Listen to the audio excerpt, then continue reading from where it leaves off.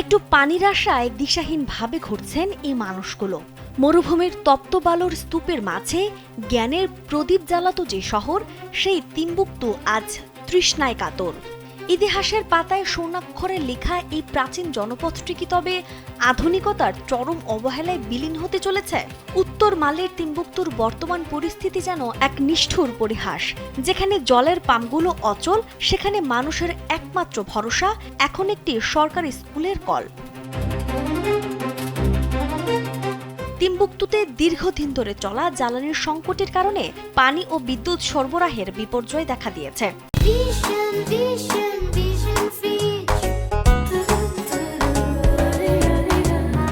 মালির উত্তরাঞ্চলেও এই শহরের বাসিন্দারা পানির বালতি ও জেরিকেন হাতে দীর্ঘ পথ হাঁটছেন একটু পানির আশায়। রবিবার সকালে দেখা গেল এক করুণ দৃশ্য। বাসিন্দারা বালতি ও জেরিকেন হাতে লাইনে দাঁড়িয়ে। কিন্তু কেন এমন পরিস্থিতি? জ্বালানির অভাবে এখানকার প্রধান বিদ্যুৎ কেন্দ্রটি বন্ধ হয়ে যাওয়ায় স্তব্ধ হয়ে গেছে পুরো শহর। পানির সরবরাহকারী সংস্থা সোমাজেপ এর পাম্পগুলো চালানোর মতো বিদ্যুৎ নেই। ফলে নাগরিক জীবনের স্বাভাবিক ছক এখন ভেঙে চুরমার। কিন্তু কেন এই সংকট? মূল কারণ হলো দীর্ঘস্থায়ী জ্বালানি সংকট। এনার্জি ডু মালি পরিচালিত তাপবিদ্যুৎ কেন্দ্রের জ্বালানি ফুরিয়ে যাওয়ায় বিদ্যুৎ সরবরাহ ব্যাহত হয়েছে। আর বিদ্যুৎ না থাকায় পানি পাম্প করার ব্যবস্থাগুলো পুরোপুরি অকেজো হয়ে পড়েছে।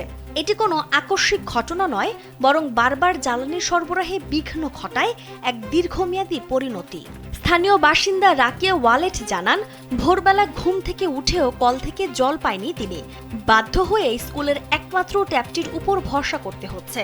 আরেক বাসিন্দা ইয়াপসি টিলার মতে, জলের জন্য দুপুর পর্যন্ত অপেক্ষা করে যেন এখন এখানকার নিত্যদিনের নিয়তি।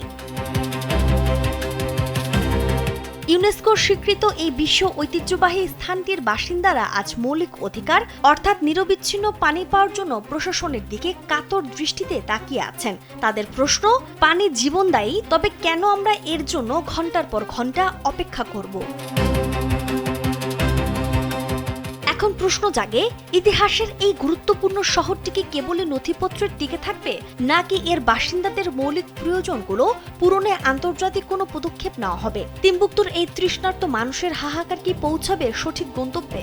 সমাধান না হলে এই সংকট কেবল মানবিক বিপর্যয় ডেকে আনবে না, বরং মুছে দিতে পারে এক সমৃদ্ধ জনপদের প্রাণশক্তি। নাজমুন নাহার উসবা, কালবেলা।